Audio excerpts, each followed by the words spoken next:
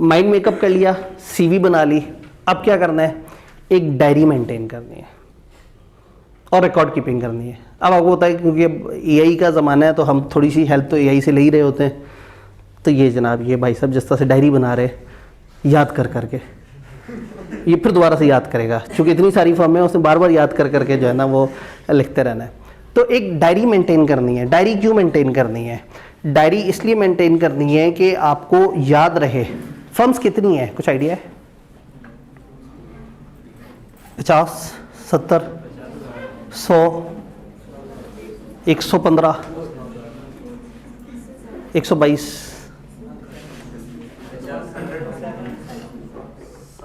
800 से ज़्यादा। बच्चे क्वालिफाई कितने होते हैं? हाईएस्ट एवर क्वालिफाई जो कैफ हुए हैं वो 1874 हुए हैं, हाईएस्ट एवर अभी तक। और 800 से ज़्यादा फर्म्स है। अगर हर फर्म 2.25 बच्चे भी रखे तो फर्म्स के पास कैपेसिटी ज़्यादा है, बच्चे कम है, फिर तो सारों की इंडक्शन हो जानी चाहिए। हो सकती है, जो चाहता है उसकी इंडक्शन हो जाती है। आप अभी जाएं, बरकत मार्केट में 6-7 फर्म्स होंगी, आप जाके अपनी सीवी देंगे, वो फ़ौरन से कहेंगे कल से काम पे आ जाए। बहुत सारी फर्म्स हैं, हर फर्म के पास कैपेसिटी है। आज की डेट में आईकेप की वेबसाइट पे एक एक्सेल की शीट में 300 से ज़्यादा वैकेंसीज अभी खाली पड़ी हैं, बच्चों ने अप्लाई नहीं किया वहाँ। लेकिन हमने तो सुना फर्म मिलती ही नहीं।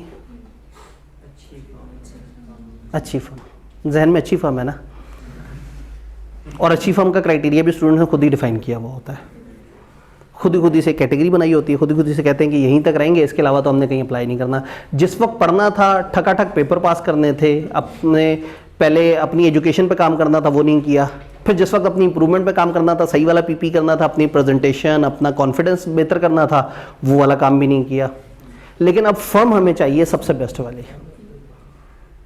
और तीसरा फिर जाहिर है वो फिर अमीर बाप, रेफरेंस, ताल्लुक, सिफारिश।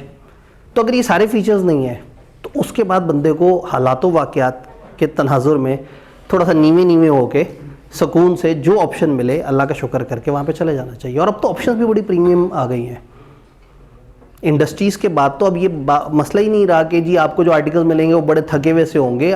इंडस्ट्री के इतने लशपश आर्टिकल्स हैं, लेकिन स्टूडेंट क्योंकि उसके जहन में है कि मैंने तो ऑडिट फर्म में जाना है। तो मैं इसलिए कह रहा हूँ डायरी मेंटेन करने का कि अब ये आपने 5-10 फर्म्स में अप्लाई नहीं करना, 40-50 फर्म्स में अप्लाई करना है, 20-25 इंडस्ट्रीज़ में अप्लाई करना है। हिम्मत हारनी नहीं है, ये नहीं सोचना कि मैंने अप्लाई कर दिया तो मैं दोबारा क्यों अप्लाई करूँ। अप्लाई करना है, ज़्यादा से ज़्यादा अप्लाई करना है।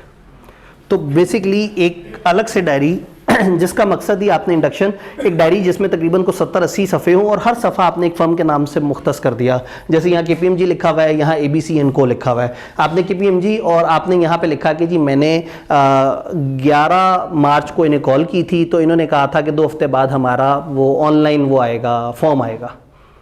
कम से कम ये बात लिख दें, क्योंकि आप इतनी फॉर्मों से रब्ता कर रहे होंगे कि खुद को भूल जाएगा कि ऑनलाइन किसका फॉर्म आना था, कब आना था, किधर फिजिकली जाना था, किसने CV मांगी थी, किसने ऑनलाइन एप्लीकेशन मांगी थी, किसने कहा था रिजल्ट के बाद आना, अभी कोई चक्कर नहीं है।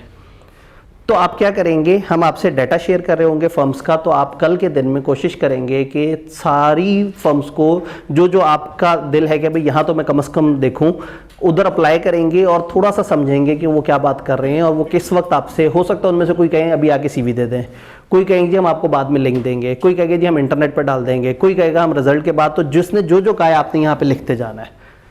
तो जितनी भी फर्म्स में आपने अप्लाई किया, हर फर्म का एक सफ़ा और उस पर ट्रैक लिखा हुआ। 2 हफ्ते बाद उन्होंने कहा था अब आपने हर दिन शाम में एक दफ़ा ये डायरी देख ली और सारे फर्म्स के स्टेटस देख लिए। तो जिधर लिखा था 2 हफ्ते बाद, पता लगा अभी 2 हफ्ते हो गए, आपने वहाँ पे एक रिमाइंडर कॉल कर दी कि जी वो 2 हफ्ते पहले आपने बताया था 2 हफ्ते बाद फॉर्म आना है, तो अभी क्या इस वक्त मुझे बताइए कि क्या प्रोसेस है। तो हो सकता है वो कहें जी मंडे को हमारी इस वाली वेबसाइट इस लिंक पे आ जाएगा, तो आप यहाँ लिख लें कि मंडे को मैंने इस वेबसाइट को जाके देखना है। ये शायद आपको बहुत बच्चों वाली बात लग रही है, लेकिन यकीन माने आपको खुद भूला हुआ होगा। कई दफ़ा बच्चों को कॉल आती है, वो कहते हैं जी हम आपने भी कल CV हमारे पास जमा कराई थी, तो आज आपका इंटरव्यू लेना है। तो बच्चा कहता है आप कौन सी फर्म से बात कर रहे हैं, क्योंकि उसे खुद भूल गया होता है कि पिछले दिन उसने कहाँ CV जमा कराई थी। तो आपको एक ट्रैक ज़रूर रखना होगा कि आप कहाँ कहाँ किस किस तरह से चीज़ों को लेके चल रहे हैं। तो फर्म्स के नाम और उसके साथ जो है ना वो सारे जो स्टेटस हैं वो आपने यहाँ साथ साथ लिखते रहने हैं। जिसने का रिजल्ट के बाद आप थोड़ा सा नीचे कर दें रिजल्ट, तो जिस जिस पे भी रिजल्ट लिखा होगा आपने उस सफ़े को बाद में नहीं देखना, फिर रिजल्ट के बाद उस सफ़े पे आके देखना है कि रिजल्ट आ गया। अब यहाँ देखूँ रिजल्ट आते साथ ही आपको अपनी CV अपडेट करनी होगी और वो जो आपने पेंडिंग पेपर अटेम्प्टेड या इस तरह का स्टेटस लिखा हुआ आप उसे क्वालिफाइड के स्टेटस में बदल लेंगे। डन। क्लासें रमज़ान में होनी चाहिए, इतना स्मूथ, इतने खामोश, इतने इजी बच्चे।